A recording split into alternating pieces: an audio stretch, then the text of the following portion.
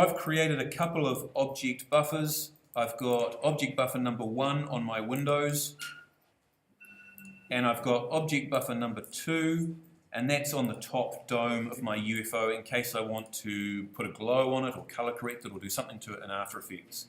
So in my render settings, I've gone into my multipass here and I've created 2 object buffers. They're number 1 and number 2, and I've named them so I know what they are, and I've put the numbers in there. So you need to keep track of these. It's really common to have many object buffers in a scene, so you want to name these with the number and make sure they all match up. Okay, so let's test this render and make sure we actually get these object buffers working.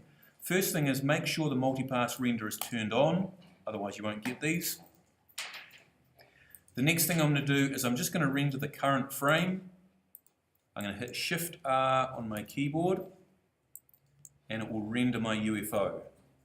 Now what it's showing me here is the entire rendered image. I actually want to see all my different layers that I've set up, the image and also the object buffers. So in this picture viewer, I can go to the layers, and here I can see I've got 4 different layers. I've got a background, I've got an alpha channel, which is the transparency channel, and I've got my 2 object buffers. To actually view these, I need to look at the single images on their own. If this is on image, which is the default, we just see the entire rendered image. If we go to single pass, we can then select which pass we want to look at. The background is the entire rendered image. The alpha channel is the transparency for this particular render. Object buffer number 1, this shows us my windows that I've got. And object buffer to number 2, that shows me the top dome. So I can see that my object buffers are working, and I've got these objects that are labeled and identified with a black and white image in my render. So what we do with this in After Effects is we take these black and white images, we use them as track nets, and we can isolate different parts of our image to affect it differently.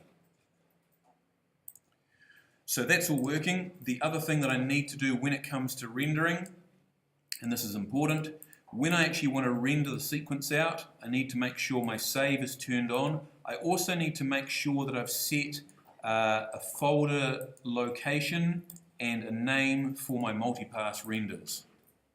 So make sure that multipass is turned on, that you've browsed for a folder to save these in.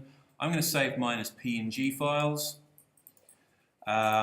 Use layer name as suffix. That means it will name each different pass automatically, which is a really good idea.